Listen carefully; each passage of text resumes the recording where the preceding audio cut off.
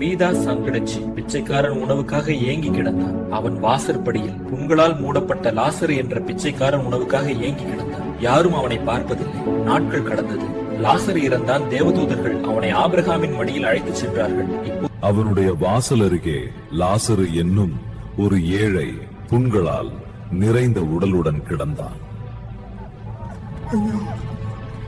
கொஞ்சம் உணவு,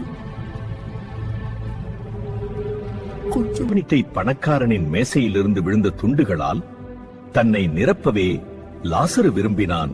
ஆனால் யாரும் கருணை காட்டவில்லை.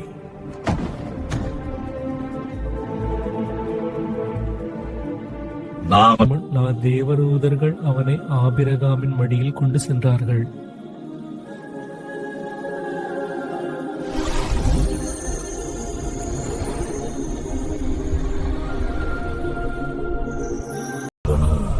மரித்தான், அவன் அடக்கம் செய்யப்பட்டான்.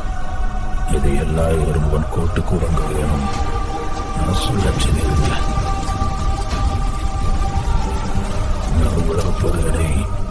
பரிங்குடைய நடுவை பாதாளத்தில் வேதனையில் இருந்தபோது அவன் கண்களை உயர்த்தி தொலைவில் ஆபிரகாமையும் அவன் மடியில் லாசருவையும் கண்டான். ஆபிரகாமே, எனக்கு இரக்கம் காட்டுங்க, தயவு செய்து.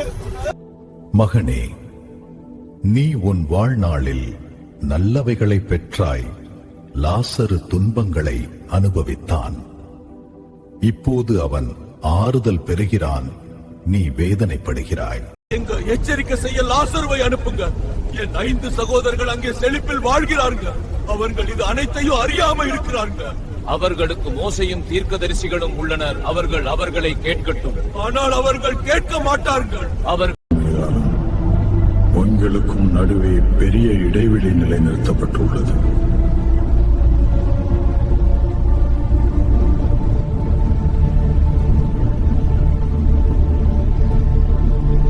மோசேயையும் தீர்க்கதரிசிகளையும் அவர்கள் கேட்கவில்லை என்றால் மரித்தோரில் ஒருவர் உயிர்த்திருந்தாலும் நம்ப மாட்டார்கள். இந்த வரியல்களையும் வாய்மாகளையும் என்றொரு புகழ்நோயமாக யாரும் நம்மளுடைய ஆயனுடைய விளக்க தெரியார் ஏராய் சேர்க்கைகளை இடத்துல அவர்தான் நமக்கு சொந்த வரையது போன்ற. இன்று உன் இருதயத்தை கடினப்படுத்தாதே, மனம் திரும்பி இயேசுவை ஏற்றுக்கொள்.